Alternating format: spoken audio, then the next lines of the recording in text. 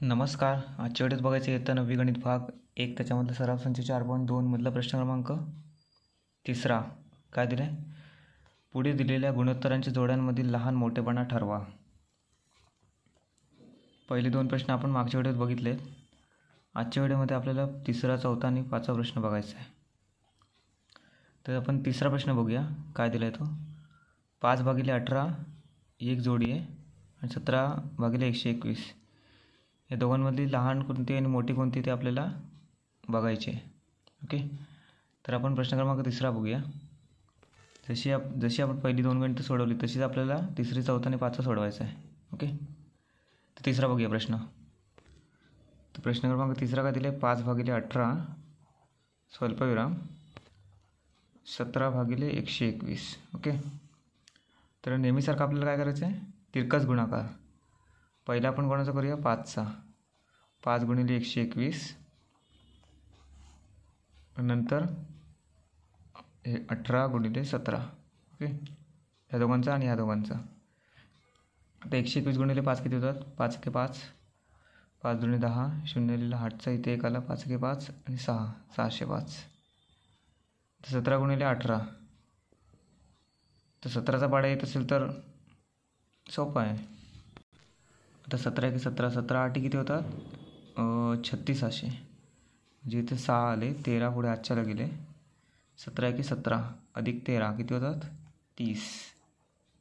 306. आता 306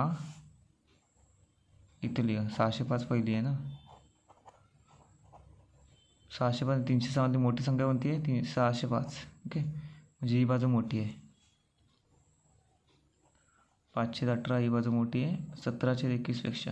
ओके, आता दुसरं गणित बघूया. इथेच लिहूया. दुसरं नाही, ॲक्च्युली 4थं आहे गणित ते. वर्गमूळ 80 भागिले वर्गमूळ 48 आणि वर्गमूळ 45 भागिले वर्गमूळ 27. 80 48 45 27. ओके, या दोघांमध्ये मोठी संख्या कोणती आहे? मोठी जोडी कोणती ते आपल्याला बघायची. तिरकस गुणाकार करूया नेहमीसारखं. पहिलं वर्गमूळ 80 × वर्गमूळ 27.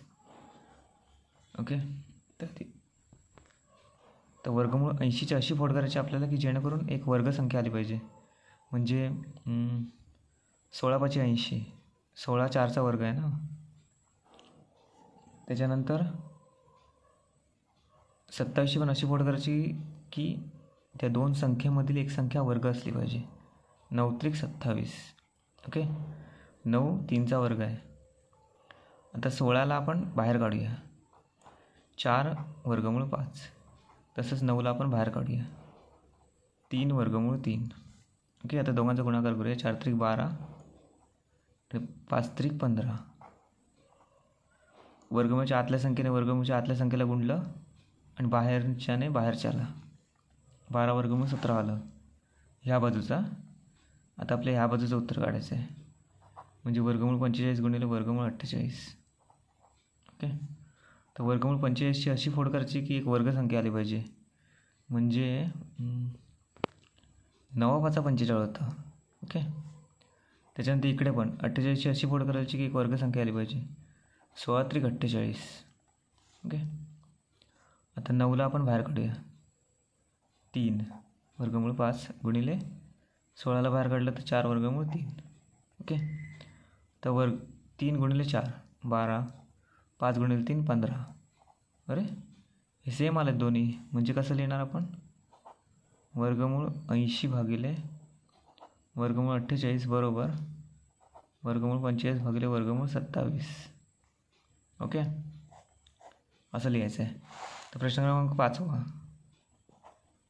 तर इकडे त्यांनी 9.2 दशांश चिन्हामध्ये लिहिलं आहे. त्यासाठी काही घाबरायची गरज नाही आहे. हे पण गणित सोपं आहे.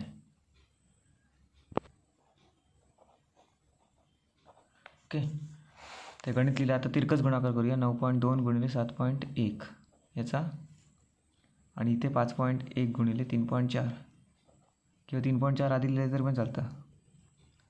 आता 92ने सरळ 71ला गुणायचं आहे.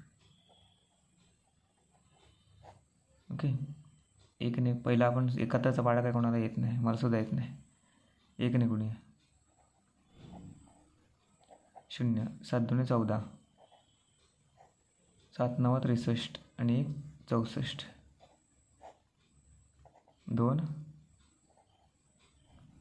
5 6.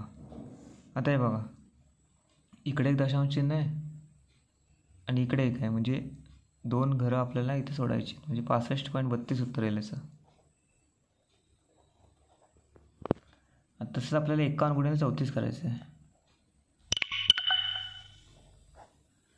34चा पाढासुद्धा येत नाही. 4 एके 4, 4 पंचा 20, इथे 0 दिला. 3 एके 3, 3 पाची 15.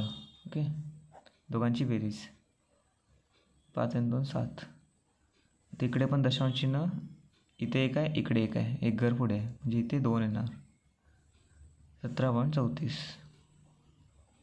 झालं उत्तर. आता 65 आणि 17 हे दोघांमध्ये 65च मोठे आहेत, म्हणजे ही बाजू मोठी आहे. 65.32 असं लिहिलं तरी पण चालतं. 17.34 ही बाजू मोठी आहे, त्याच्यामुळे 9.2 भागिले 5.1, 3.4 भागिले 7.1 याच्यापेक्षा ही मोठी आहे. ओके, आता प्रश्न क्रमांक 14 आपण नेक्स्ट व्हिडिओमध्ये बघूया. धन्यवाद.